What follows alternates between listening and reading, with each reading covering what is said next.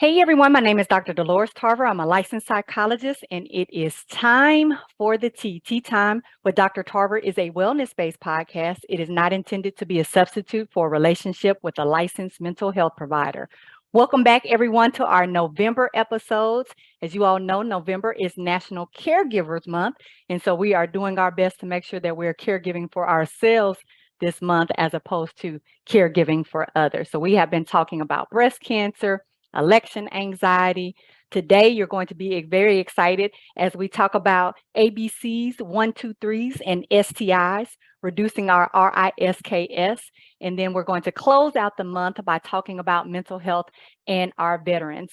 So you all know if you have questions or comments, just go ahead and drop them in the chat. Invite friends to come on over, and we're going to go ahead and get started. I am so very excited to introduce to you all Dr. Ashley Hill. Dr. Hill is an assistant professor of epidemiology in the Department of Epidemiology, School of Public Health at the University of Pittsburgh.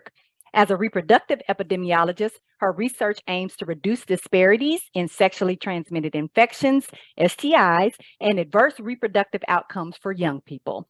In addition to her primary research program, Dr. Hill has an field experience leading contact tracing as a disease intervention specialist and public health associate with the Centers for Disease Control and Prevention.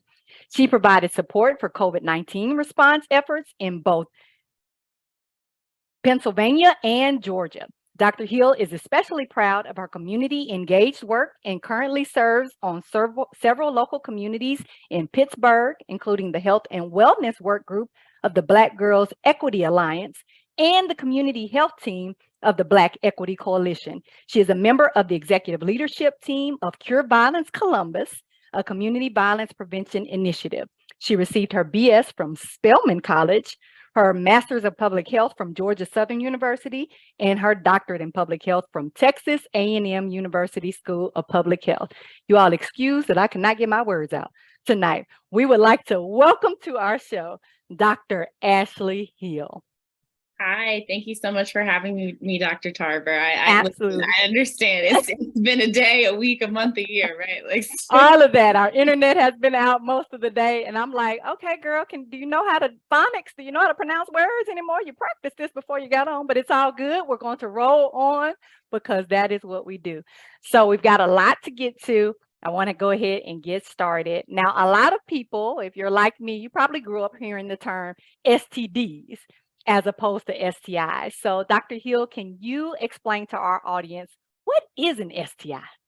Absolutely. So we just had a shift in terminology that was a little bit more accurate to the pathogen itself. So sexually transmitted diseases and sexually transmitted infections can be used synonymously or interchangeably, but the change to infection really just highlights the fact that there is a viral or bacterial pathogen that is causing or could potentially cause disease, which means that you have, prolonged effects or impacts that can have any specific outcomes related to your reproductive health, or, discomfort, general ability, and kind of your general ability to have a high quality of life. So that was really sort of the shift in terminology in relationship to that, but we're still talking about the same things.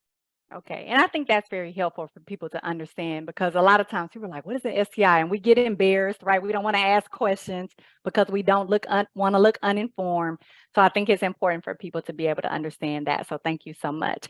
Now, in your bio too, you mentioned higher risk factors. So I want to get into, are there higher risks for certain groups when it comes to STIs? For example, our adolescents or young adults or our older adults, or males versus females? Are there differences in terms of those risk factors and who may be at more risk in those particular groups?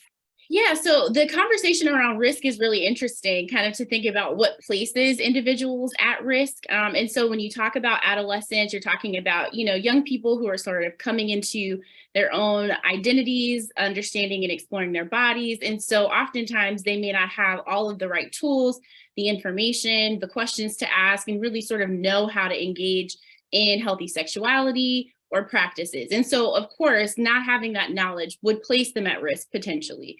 But I don't like to say that any potential group is at higher risk, because I think ultimately risk has a lot to do with your access to resources. Risk has a lot to do with, the historical elements of what has kind of led us to disparities. Risk has a lot to do with more than just the individual. So there are elements to, our society, to our environments that may place us at risk. But people in and of themselves are not risky. Thank you so much for that lovely segue. So let us talk about what are some factors that do put us at risk for sexually transmitted infections. Yeah, absolutely. So some of the factors that, can increase the likelihood of getting an STI would be things like having sex that is condomless, so meaning you're not using any sort of protective mechanisms or barriers between skin to skin contact. Also, just sort of knowing what sex is. So when we talk about what sexually transmitted infections can be and how they can come, it's through anal, vaginal, or oral sex. And so any element of sexual contact, things that are done for pleasure, that are, engaging with another individual, can potentially put you at a risk for exposure to a person that might have an STI as well. So those are kind of the primary factors that really drive what can happen in sort of transmitting infections and pathogens. So I'm glad you mentioned the oral sex piece, because I do think a lot of people feel like they're safe when they're having oral sex, that they're not having the same type of risk factors that they might be having with vaginal intercourse or anal intercourse. So I heard you say our risk factors are still present if it's oral sex as well. Yeah, absolutely. We're actually seeing really concerning increases in oral cancers, especially around pathogens related to human papillomavirus, or HPV. So that's a cancer-related pathogen that we now do have a vaccine for, but the cancers related to HPV have been on the rise in the past few years. And so oral sex is one of the ways that could be potentially transmitted. So it's really important to think about, having conversations with your partners about barrier protection, about thinking about, testing frequently. If you do have changes in partners, every time you have a new partner, definitely screen. And also being able to just have open and honest conversations about our autonomy, our pleasure overall, but also sort of the things that are working and not working in our partnerships. I think all sort of drive the ability to normalize and also really destigmatize some of what we know can kind of become a barrier when you're talking about things like this. Do you have any idea, following up on the HPV, because I know that is now we have a vaccine that we're administering to our young people. What are some of the factors that are maybe behind that rise in risk for HPV or the incidences of HPV? Yeah, so I mean, nationally, we've had a really hard time being able to get a true sense of the prevalence, or like the number of people that have HPV or how it's in circulation.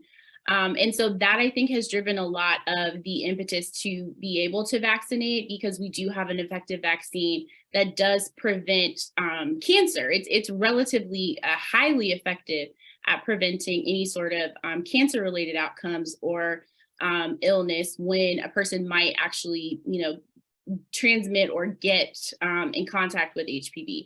So it's important for us to be able to understand sort of the mechanisms behind that. Obviously, we've talked a lot about vaccination in the past few years with COVID, but I think the introduction of these types of preventive measures, because of the fact that as far as disease control, we don't really have a good grasp on how many people have HPV. Our estimations are somewhere in the 90% of adults is sort of what we're speculating have or have ever had HPV. And so it's one of those very, very common pathogens that can be passed. And ultimately you're talking about people who are in relatively low risk situations. And so it's just really important to sort of understand sometimes these things can also be transmitted with no symptoms. And so you may, have something or be in contact with someone, especially like HPV, that really doesn't show up in any specific way, but could very much be causing you to have adverse outcomes later on in life, especially cancer-related outcomes.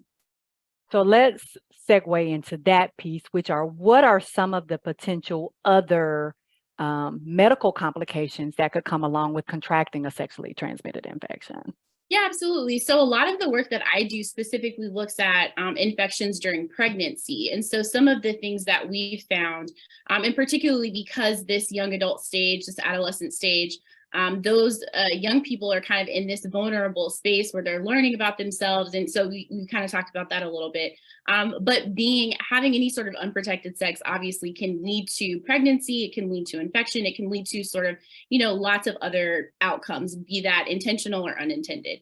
And so some of the work that I've done has really looked around what are some of the relationships between infection during pregnancy and pregnancy related outcomes. And so we found that infection has been related to events like preterm birth. So that means that your baby is delivered too soon and not intentionally. Related to preeclampsia, which is like a hypertensive disorder. It's also been related to gestational diabetes, which is really interesting. And so still kind of looking into what the mechanisms and the pathogenesis behind that is. But what we do know is that having an infection during your pregnancy can really alter your immune response. And that has a lot of implications for when you go into labor. What are some of the other complications that could potentially impact the health of the mother and the baby? So that's sort of one piece. Okay. In non-pregnant populations, there are things like, in women specifically, pelvic inflammatory disease, which can really kind of impact your reproductive function. It can have a pretty big impact on inflammation in your uterus and your fallopian tubes. And so it can kind of prevent you from actually becoming pregnant if you would like to. And then in men, you see things like various like discomforts, lots of things like discharge. There could be potential inflammation as well. And so a lot of these things, as far as inflammation, has a relationship to infertility. And, again, can really impede later in life when people are intending to become pregnant or intending to reproduce, can really have a lot of impacts later on. And so that's really what we see a lot of the specific outcomes that we want to avert. But also, again, like I said, we're really paying a lot of attention to some of the pregnancy related outcomes, because we are seeing not only the rates of STIs continuing to increase in this reproductive age, but also that we're seeing a lot of connections to pregnancy outcomes that we want to avoid. And particularly, when we're talking about Black populations, we really want to do everything we can to reduce the burden of, these maternal mortality and morbidity outcomes, because we know that that's a huge problem right now. Absolutely. One question that I have is, are you automatically tested for sexually transmitted infections when you are pregnant? So there is a testing recommendation and sort of mandate for pregnant women. So once you come in and you are kind of triaged for your prenatal care, at some point during your first trimester, you are supposed to be screened for STIs. And it varies, obviously, by your provider, by your health system, by your insurance status. Who's paying for it with healthcare comes down to a lot of what people get offered, which is awful, but kind of the reality at this stage. So the recommendation is, that every pregnant woman is screened for all kind of prevalent STIs.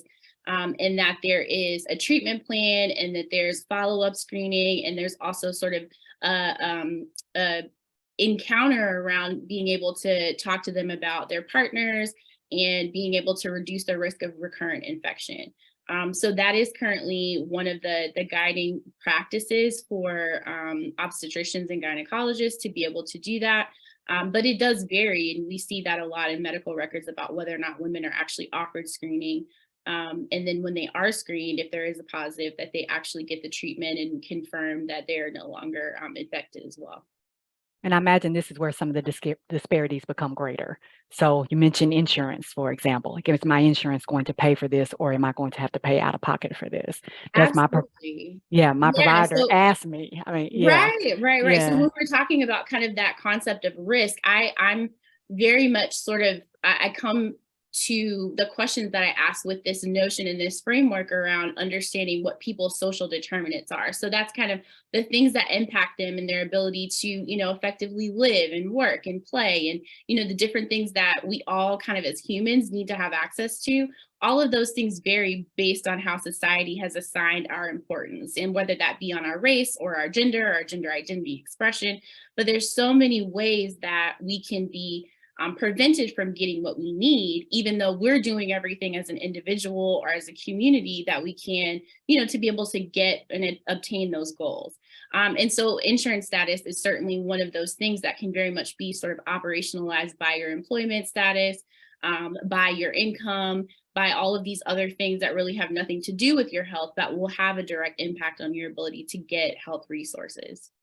Absolutely. Like I think about having to get an ultrasound after having a birth control method that just doesn't seem like it was working for me. But of course, everybody wants to check. Well, let's just make sure it's placed right. That was $300 out of pocket for that ultrasound, and so I can only imagine. And I, consider myself to have middle level insurance. I don't think much insurance is real great, but yeah, I mean, people being able to afford, like, hey, if insurance doesn't pay for this and you need some additional things, like, is that going to be preventative? And the answer is yes, because if somebody would have told me, hey, it'd be $300 for the ultrasound, I probably would have thought about it. I've done it, but I'd have thought about it. Yeah. But I was in the position to be able to think about it, whereas we have some people who are not in a position to be able to even consider that. Absolutely. And so I think that all of those things come into play when we talk about, not only, our kind of sexual health, but our Hmm. overall health and our kind of ideas around how people can change behaviors or not. And so I think a lot of my work and sort of where the field is going is kind of removing this burden that people need to be responsible for, things that really, like, they have not caused the problem. Hmm. And so really thinking about what are some of these systems level, kind of more systemic impacts on people's health, be that, perinatal health, be that reproductive health, be that sexual health, and really kind of across the gamut, all forms of health. But we know really now that we have been able to document these very, traumatic and embodied experiences that we as minorities in the United States Hmm. that have direct impacts on our ability to achieve optimal health and our ability to have, long lifespans, and to really kind of have a high quality of life. And so to really capture and understand what those things are at a high level, at a systems level, at a governmental level, as an infrastructure level, and really remove the burden from individuals, because people are not making themselves sick. I mean, Right. nobody's doing anything intentionally, because Hmm. everybody has the same goal, to be able to live long and to live well. And so a lot of, I would say, thankfully, our field is really sort of transitioning to really look at that sort of from a more high level, and remove a lot of that responsibility and burden that honestly, our people did not cause. Right. That's a nice segue too into testing, right? So our ability to access testing. You mentioned, hey, if one of the recommendations for safe sex practices is to get testing after a partner and before a new partner. And so, talk a little bit about, um, you know, the who, wins, where's, like.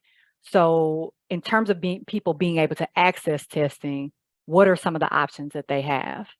So oftentimes local resources are typically funneled through the health departments. And I know that there's a lot of stigma around engaging health Hmm. department services. But ultimately your first, pass, especially if you're depending on your insurance status or what, your various options are as far as being able to have somebody else pay for that, and you don't have to pay for that. Typically the local public health infrastructure and resources are going to be able to offer screening for, all STIs, also, infectious diseases broadly. So they'll screen for tuberculosis, they'll screen for, other things that are really important to have a sense of in your community and population. And so you can go and engage those resources, and oftentimes they'll be at low or, no cost to the individual, because we do have infrastructures that come from the federal government to allow for sort of surveillance of those different pathogens. And so that's usually the first line of any sort of recommendation. And then when you do have insurance, you're usually able to go to, a primary care provider. There are, clinics or various places I think that will also offer services. There are private resources, places like a Planned Parenthood. And I know we're in varying places. I'm in Mhm. Pennsylvania, and, I know things have kind of shifted a lot with, the Yes. landscape around reproductive rights and Yes. justice. And so a lot of us are Mhm. try to work very diligently to make Mhm. sure that people still have access, but, the landscape is changing. And so I think it's really important to engage our local public health to make sure that they are doing what they can to continue to uplift the organizations and the agencies that can provide care, comprehensive care, Mhm. accurate care, and care that's free of coercion, because all of that is very important. And really being able to kind of allow for, our public health agencies, especially locally, because a lot of times they have a little bit more flexibility to kind of, guide some of that directionality. I want you to speak for a moment on the free of coercion, because I think that as you're talking about kind of educating people, so like, hey, there's some stuff that you don't need to have to be responsible for, but I need to know. So talk a little bit about. Yeah, so it's really cool. Recently, I gave a lecture in a reproductive class and just kind of talked about the definition, like the World Health Organization's definition of sexual and reproductive health, has this kind of phrase in there that says, sexual health should be pleasurable, it should be safe, it should be free of discrimination, of violence, of coercion. And so, really, you should be in a space where when you're engaging not only in sort of health resources, but also just with your partners, that all of these things should be taken into consideration. And so many times, the things that really kind of create vulnerabilities are these intersections of, being in a space where you don't have reproductive autonomy, where, someone is really coercing you into doing things that you may not have given consideration to or actually might not want. And that can also kind of mirror into the healthcare setting, which is really what we're seeing kind of in a political landscape. And so, I personally believe that everybody should be able to make their own choices. They should have the information that they need to make those choices. But we all are, independent beings, and we should have the option to choose what it is that we want for ourselves, be that, our reproductive autonomy or, whatever. If I'm having a heart attack, I want you to save me. I don't need it to be a political decision. And so, at the end of the day, I think that all of those elements are really important. And I think that that's something that, broadly speaking, we don't get a chance to really understand, that, all of your health related needs should be free of coercion, should be free of violence, should be free of discrimination, and should be helpful and pleasurable to you. It shouldn't be, a huge burden to be able to go and engage these resources. And, I'm really hoping that we kind of um, as a system are able to really move towards uplifting that more and really making sure that these are the experiences that people are having. And I'm so glad you said that. I will never forget an experience in undergrad going to ask for STI testing with my annual exam and being made to feel shame about that I'm asking for testing for sexually transmitted infections, or if just because I'm in a long-term partnership with someone, then a provider say, well, you don't need to get testing. I should be able to get testing if I want to get testing. And so I think a lot of times you are forced into things, or you feel compelled. I'll say it that way. You feel compelled to make a choice that maybe doesn't feel like the choice that you would like to make, because you have someone who is inserting their opinions, if you will. And often because you are a provider and we tend to take our providers' words as law, that it supersedes our own feelings, our own thoughts, our own judgment, uh, because they may say something that goes against maybe what we requested, or our concerns are dismissed or minimized. Yeah, absolutely. And I think all of that is so incredibly impactful in your desire to re-engage, your desire to ask questions, your, feelings to be able to advocate for yourself. And I think in any sort of situation where we are not necessarily the expert, But we have to come to it and know that it's like, okay, I have to prepare myself to go in and like stick to what I'm asking for, and make sure I'm heard and all of those Mhm. things. It's really difficult. And so, I can say that I have seen from the clinical side of things that there really is a desire and an effort to make some progress on that, to really sort of deconstruct and really move out of the way some of the kind of old ideas that have consistently been held, that you just go to your appointment and you do what they tell you to do and you leave. We're really moving away from that because we see that it doesn't work, and it actually like ends in people losing their lives. And Yes. so it's so important not only for us to feel empowered, and we can't do that ourselves, we have to have other people empower us, but also to know that you can have advocates with you, and that there can be people who support you in those spaces. And we always know that sometimes it's better to have somebody with you to be able to speak on Absolutely. your behalf. Mhm. And all of us don't have that. Again, I'm kind of speaking from a place of privilege in that sense, in the sense that you might be able to have a trusted person to come along with you and say, absolutely not. This person needs this thing. We know that, they're offered these things and they have their rights. And, so it's just important for us to be in a space of really being able to educate ourselves a little bit more. I think we see that across the board from both the political and the judicial and health landscapes. It's important because nobody's gonna, advocate for us unless we advocate for ourselves and we advocate for each other. But I am really encouraged that, I think that the medical kind of clinical profession is really looking for people to, ask their questions. They're trying to find ways to allow people, to have more time to be able to really build trust, because, they have their metrics and the things that they have to do in their 10 or 15 minutes. But at the end of the day, that we know that trust building is extremely important when it comes to any sort of, person to person engagement, and that really opens the door for us to be able to address real issues and real problems and make sure that people are getting the care that they need. I appreciate so much you talking about having that advocacy, because I do feel like sometimes we're intimidated. You go in, can you imagine, my mother tells the story, so all these people are deceased now, so they probably turning over, in their ashes, but, my mother tells the story of going with my grandmother, to an appointment to get tested for an STI when she was, older, and she was so embarrassed and so ashamed, and when the provider came out, they were, like, looking at my mom like, "Oh, okay, you're here to get tested?" And she was like, "No, actually, she's here to get tested." But my grandmother would not have been able to go to this appointment, at her age, at that point in her life, without my mother saying, "Hey, I'll go with you." So you don't have to navigate it on your own. You don't have to figure it out. And you're absolutely right about that. Not everyone is in a position where they have safe, loving, trusting people to go with, who aren't going to share their information and make them feel ashamed, but who's just going to say, "Hey, I'm going to walk with you in this, so you don't have to be by yourself." But that does lead me to this other, notion of, like, just sometimes it's hard for us to communicate in general about when we're talking even to potential partners. Mentioned going to I used to tell people, "Hey, make that your first date. Go on over to this health department and get this testing together."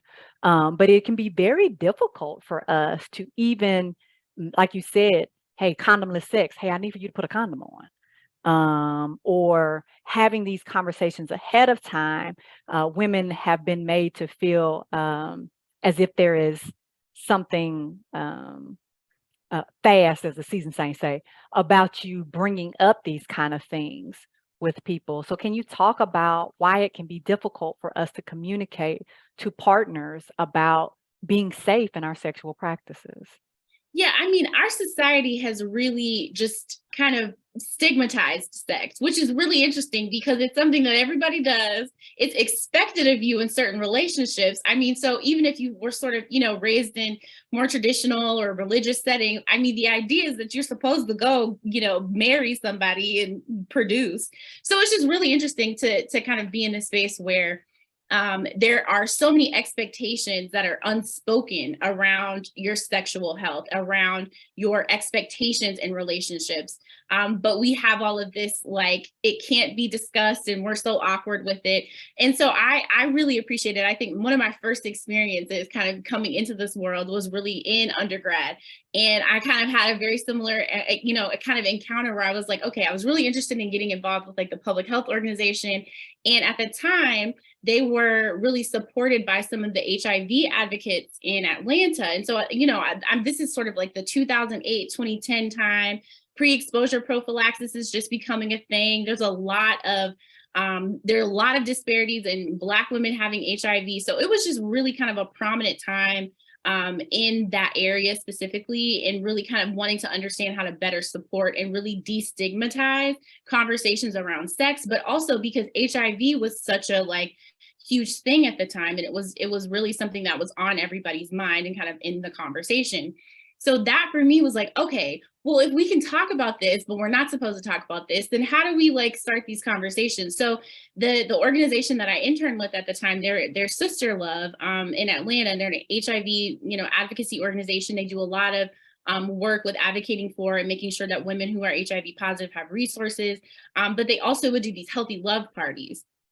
And that literally was just like, it was basically a sex toy party, but they were kind of talking you through, how to do some of these things. Like, we're going to practice talking to each other and practice how you might want to like, introduce something with a partner, practice putting on a condom, like all of these things that for the most part, people maybe get in a health class once, maybe, but otherwise, you don't really get any real instruction or engagement around that. So I have been really pleased to see in just common medium lately that there's been more documentaries and conversation around, sex and sexuality, around being able to have kind of these like awkward conversations, around being able to just think about what is helpful and important to you in a partnership. What are you looking for individually? What do you want to get out of it? And then also thinking about why that would be important for you to communicate, and sort of in any other engagement that we have. When I go to the grocery store, I want to buy eggs, like, so I gotta say something, you know what I mean? Or, even if I'm self-checking out, it has to be noted. So, at the end of the day, being able to just think about it as communication. We all have to communicate. We all have to make sure that we express our desires, the things that give us pleasure, the things that don't, the things that are what we want out of this encounter or this engagement. And so I think being able to do that is really an empowering thing. And it does feel a little awkward in the beginning. But I would say, I think the more, anybody practices and does it, the more it actually improves your experience. And the more you're able to feel more empowered about just having control of your health and having control of the situation and knowing what's right for you and what isn't. And being able to really kind of think about that and think about it beyond sort of just the context of, an infection or not, but, really, is this a safe situation for you? Yes. Is this a situation that's free of coercion? Is this a situation that is not going to lead to violence? Is this a situation where, at any point you can say, I don't want this, or I want something different, and it's okay. So all of those things, I think, come with communication. Being able to assess those things come with communication, and being able to articulate your needs, I think, is a very important thing for all of us as humans to be able to do. Absolutely. And I'm very struck by your experience. Like, hey, I was a young adult before, I got some exposure to these things, because I do think that we need to talk to our young people. And I know you well know this too, that we need to talk to our young people ahead of time. Shout out to the 8th Episcopal District of the AME Church, who, when we were younger, actually had workshops for us at YPD meetings, where we learned how to put on condoms, where we learned to be able to talk about, no, and that's not comfortable for me. And right, instead of us getting, like you said, in some of these very rigid perspectives, like, let's have realistic conversations about, let me prepare you. I can still talk to you about all of the other things you said, the emotional parts that come along with just being in relationships with people. Do I even know you're safe? Do I know that you're going to be able to hear me when I express things to you, right? We need to be doing all of that work instead of us saying to our children, hey, abstinence, wait until, and nothing against programs that emphasize abstinence, but I also think it's a both and situation where we do talk to our young people. So the first time they're exposed into a situation is not when they're having to try to figure all that out.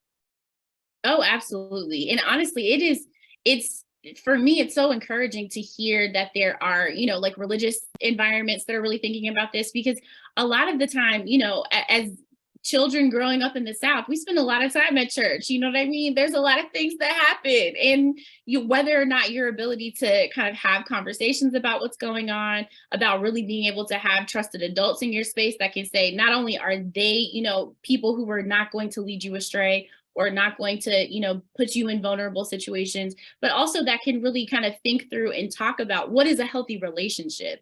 Because if we're being honest, we're really talking about healthy relationships. We're talking Yes. about being able to, engage in partnership, engage in developing and growing relationships, be they romantic or not. You're talking about being able to just develop as an adult, and nobody teaches us that unless they teach us that, and trying to expect people to come into that and just know what to do. It's like you turn 18 and you're supposed to figure it out. Like, we know that that's not the case. Absolutely not. So being able to have these types of environments where people are, talking to you about just generally, what does it look like to be in a relationship that's meaningful to you, to be, Yes. in a partnership that is affirming to you, and all of that's different for everybody.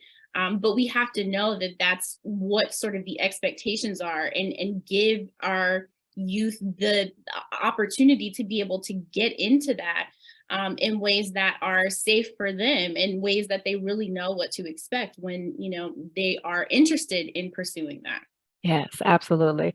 Because first know thyself, right? Like I need to understand me. I need to understand what type of communication works well for me. I need to understand the signs, right, of people being able to receive that. Because sometimes there's flags, and we don't necessarily know to look for them.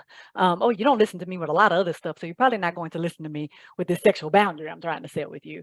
Or you put me in unsafe situations when it wasn't related to any kind of sexual relationship, so you're likely going to put me in unsafe situations when it comes to sexual relationships. So like you said, being able to understand oneself in relation to others, and being able to understand first, before I even go into it, what's important for me, so that coercion piece doesn't happen. So I don't get with you and then change my mind because I feel like I need to do that in order for me to be in this relationship with you, as opposed to recognizing like, no, actually the choice in that situation is not to be in a relationship with you and to be around people who can love me in the ways that I deserve to be loved. Absolutely. Um, so I'm very aware we've talked a lot about testing and communication and some of the complications of sexually transmitted infections. It may be actually helpful for us to talk about what are the signs and symptoms of an STI. How does a person, because you mentioned some of them may not have symptoms. I know for me that comes to mind, you mentioned HPV, but also herpes, which is another common one. People may have been exposed to herpes and not be aware at all that they have been exposed. And if they're not getting tested, there isn't any way for them to necessarily know that they have been exposed. So talk a little bit about some of the signs and symptoms of sexually transmitted infections. Yeah, so they kind of vary depending on the pathogen. Often the most common one is like a discharge, or any sort of odor that might be coming from your genital areas. Sometimes there can be lesions or warts, or something, anything that does not look like your normal anatomy. And again, another sort of kind of drilling it back to, you really have to know yourself. It's important for us to know what we are dealing with, be able to explore our own bodies. And I think sometimes that's something that is not encouraged or explicitly said, but it's extremely important for you to know what's going on with your body, what your body anatomy looks like, and so you can be very attuned to when something isn't right. And I think, we've sort of seen and heard a lot of examples of people talking about when something isn't right for various reasons. But I think that that's oftentimes because they have been, very kind of acutely aware of their body and sort of what happens in different changes. And I think we hear that a lot from athletes, like, oh, I was feeling this way and I knew it was this, or, I had experienced an embolism and I knew it felt like that or whatever. But, when we're talking about sort of our genitals and our anatomy, just, really knowing what you have, what you look like, what are some of the things that might be changing or different. If it's, something that wasn't itching before and now it is, or you were having a discharge and now you were experiencing a discharge for a certain amount of time. The other thing too is that symptoms, if they come, they can come and go relatively quickly as well. And so there may be times where you were symptomatic, didn't really notice for whatever reason, and now that's gone, but that doesn't mean that the infection has resolved. And so it's just, I think again, screening is one of the biggest ways that we can really, understand, to be able to detect, and also as a preventative tool, because oftentimes if a person is able to catch their own infection early enough, we really do prevent the transmission. And so, it's difficult sometimes to say this is exactly that. Obviously, some of these have been the more common physical symptoms. But again, screening, I think, is always going to be our best tool at really identifying and understanding and knowing when there is an infection, and how we can, avert it. I think it's so very helpful that you talk about knowing your body in addition to getting screened, because some people literally have no idea what their genitalia look like. So get that mirror out and look, lift some stuff up, open some things up, and look and be aware that, because all of our bodies are different. And so you've only seen yours, you don't know necessarily, like, oh, okay, there's some other stuff going on, right? So it's important to get that. But also when you go to see your provider, shout out for that preventative kind of work, going to get those screenings, but going to get those annual appointments, is have conversations about, are there any things that are, sometimes you'll have cysts, sometimes you'll have, like you said, lesions that'll pop up. Sometimes you'll be more prone to bacteria infections or yeast, or right. So being able to understand, like, what are some of the things that my body experiences. You mentioned growing up in the South. I know that a lot of ladies who have grown up in the South have had to deal with some different types of infections just naturally in their body because pH balances, Yeah, right? we And sweat a lot in the South, we sweating. we sweat all the time. Right, right, right. And so, like, I don't know the difference between a yeast infection and when there may be something else going on, or vaginal bacteriosis. Like, there may be some things that I may be trying to treat with over the counter things that aren't things that can be treated over the counter.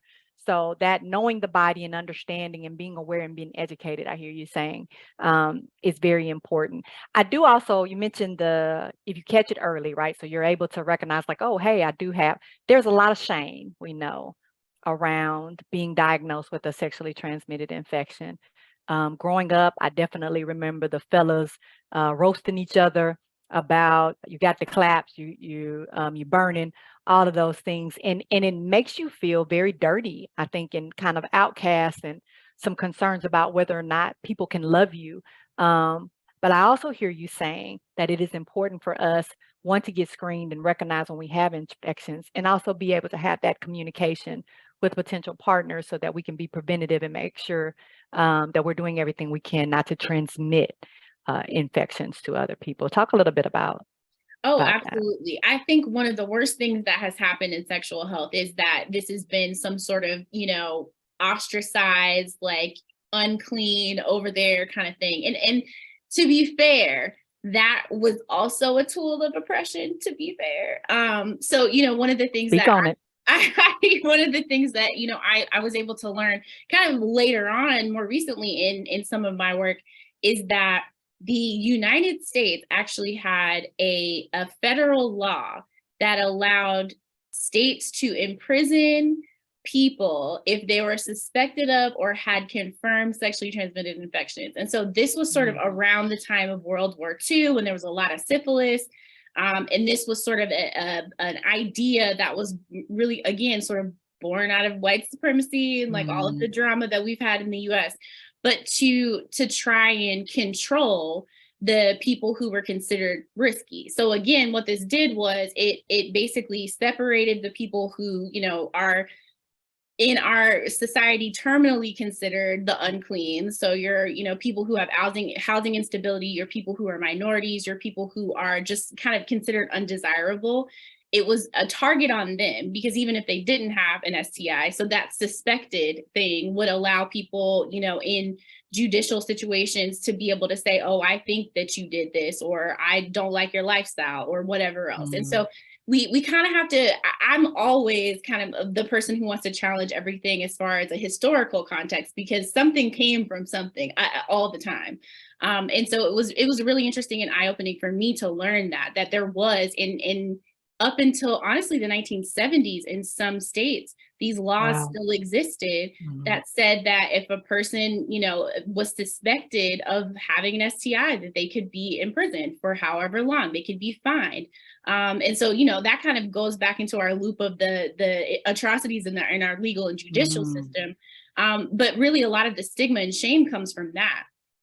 And then we also know that, as far as our engagement as Black communities with kind of understanding natural experiments and being involved in clinical trials and things like that, where, there's been a lot of mistrust and distrust, not only with the government, but with public health organizations. And so again, a lot of our stigma is born out of real negative experiences and real kind of adverse things that have been specifically targeted towards people of the African diaspora in the US, people who are indigenous in the US, and, immigrant populations. And so I think it's important to be especially attuned to that. I think we're waking up to those facts as a society now, just because there's been so much focus on what the historical legacies of, some of the many things that have happened to Black and indigenous people in the US, but knowing really that all of that is anchored across the board. It's in our sexual health, it's in our reproductive health, it's in our, cardiovascular health, it's in our, prison systems, it's in our education system, in our, lending practices. It's really steeped in everything. And so that for me, I think has been extremely eye-opening and really being able to challenge some of these ideas around stigma. So sorry, that was one thing, a little bit of a soapbox. Nope, that was wonderful. Thank you so much for that information. Yeah, but I think the other thing too is sort of creating, again, sort of a narrative around being able to understand that we all experience illness. So it kind of, again, we're in the pandemic, still experiencing a lot of things right now. We're seeing this uptick in respiratory viruses, upticks, in COVID again. So there's all of these things. So we've kind of gone through these shifts of like masking or not masking and, sneezed in my face or didn't. And so if we think about it like that, we all experience illness. Like we all experience some sort of engagement with infections, with pathogens. There are things in our environment, people in our environment that make us sick. We're not really, thinking about that any differently. If you really challenge it, to be fair, that those types of exposures are really no different than, how we're able to move with our partnerships, how we're able to, engage with one another around our sexual health. And so what was really cool was to be able to talk to, my family members and people in my life about, doing sort of contact tracing for COVID. Because I'm like, y'all, this is what I do for like chlamydia or HIV. Like, this is exactly the same thing. I call you, I ask you where you've been, who your partners are, who you've been around. And to be honest, on the COVID side, it was way more people. So, thinking about the fact that like we all have exposures, that there's nothing that really changes that. And there's nothing that separates us from those levels of exposures, and that being, responsible and being able to have conversations about, hey, you know what? Yeah, this is something that happened.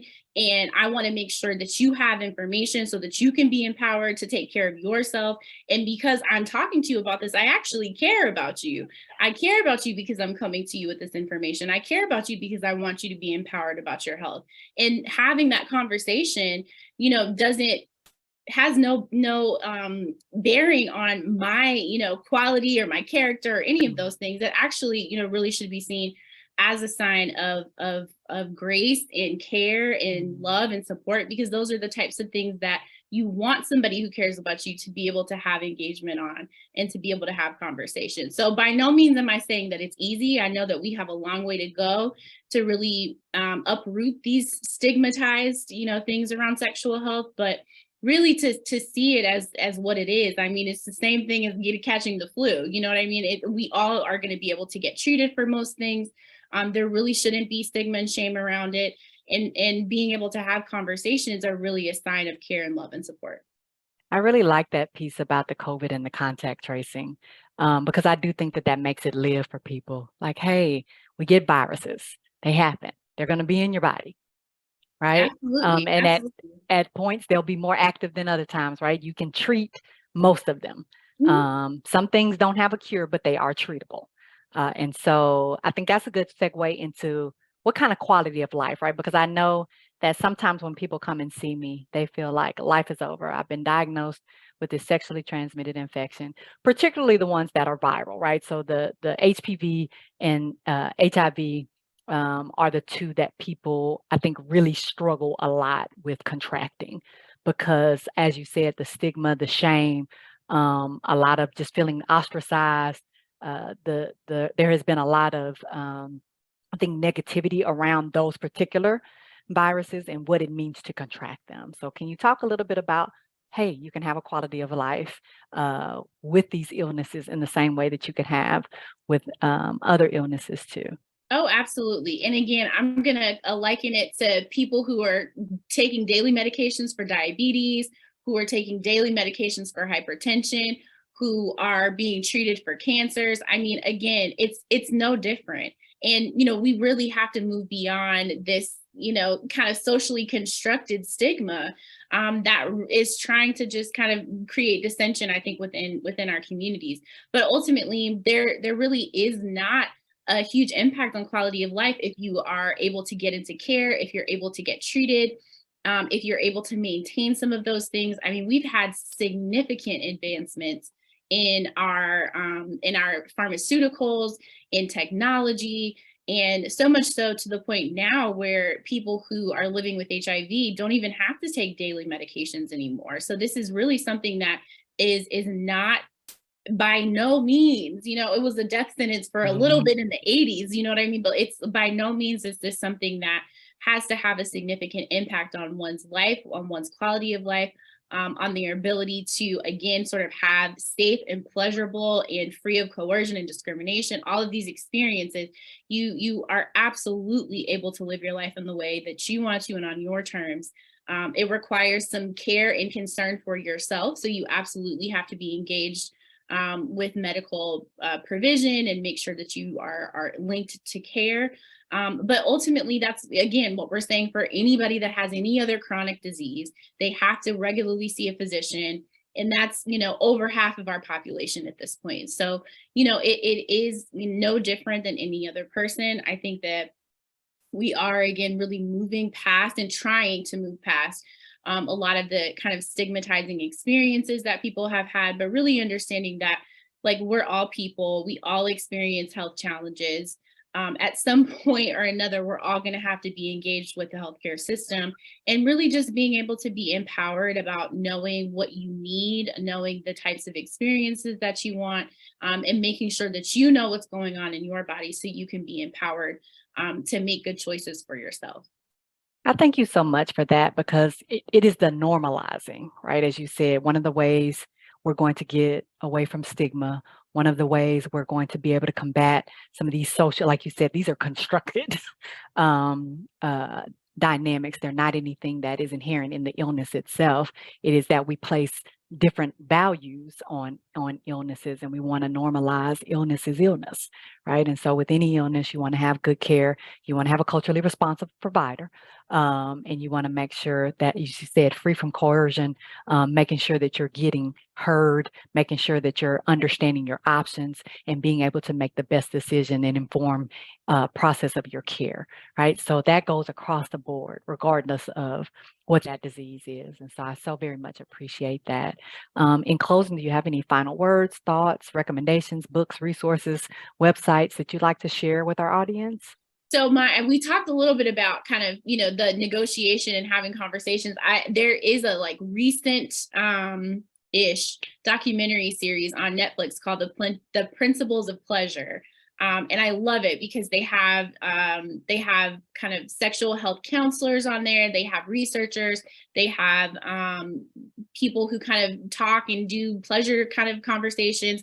And so they run the gamut in multiple episodes of talking about what's going on with your body, exploring yourself, knowing what your options are, being free of coercion and violence and discrimination in your relationships, and really kind of knowing yourself. And so that, I think, has been a resource that I've really recommended lately, even to some of, my young people that I work with, because I think that it's a gateway. It's kind of a place where you can kind of look at it and sit with it, and then, hopefully be able to go back to, especially for a young person, a trusted adult, and kind of have some conversations and ask questions. So I think, leave you with ask questions when you have opportunities for people who you trust and who you know have experience. I love the kind of example you gave about your mom and your grandmother. I think being able to talk to people in your life who know you and hopefully, love and support you and would want to put you in a position where you're, able to have an optimal health experience. And so I think having conversations, seeking out resources, and really just trying to find ways to normalize these conversations, I think is the best thing we can do. Absolutely. Give me the name of that Netflix show one more time. It's called The Principles of Pleasure. The Principles of Pleasure. I want to make sure I drop that in here. It was great. I thought it was fantastically done. It's one of the really well done, kind of on our, not free, but everybody accesses them platform. Right. Truthfully, we all can access Netflix. By some means. By some means. Yes, absolutely. Absolutely. So thank you so much for sharing that. I want to thank you, Dr. Ashley Hill, for coming on Tea Time with Dr. Tarver. You're absolutely right. It is us having these conversations that normalizes it, empowers us. I like how you mentioned empowering types of things throughout this dialogue tonight, being educated and informed, right? So that we can be able to know where to go to get that good quality of care, to destigmatize that health department, because they are absolutely a resource for us to use. And they have a lot of the things that would give us, or I'll say decrease that barrier, that financial barrier that often people have. They're trying to utilize their insurance. And we do know that there are quite a bit of health departments in counties. And so even if you don't have other types of healthcare facilities near you, you are likely to have a health department near you that you can be able to access. And sometimes there's transportation that are provided to health departments. So I want to thank you for giving of your time, your talents, your research, and the work that you're doing to advocate to reduce these disparities that we're experiencing. And also for the things that you don't even realize, just somebody seeing you and saying, oh, okay, here's a gatekeeper, somebody that I trust because she looks like me. And that has a huge impact too, as you mentioned, in terms of going a long way with when we have had mistrustful relationships with our providers. So thank you so much for coming to join Tea Time with Dr. Tarver to share of your wisdom. Want to let you all know that we will be closing out November with the cost of serving veterans and mental health. Brother Lewis York is going to come on Thursday, November the 22nd, 7:30 p.m. Eastern Standard Time to close us out in this series. Thank you, everyone that joined. Have a good night, Dr. Hill, and to the audience, everyone be well.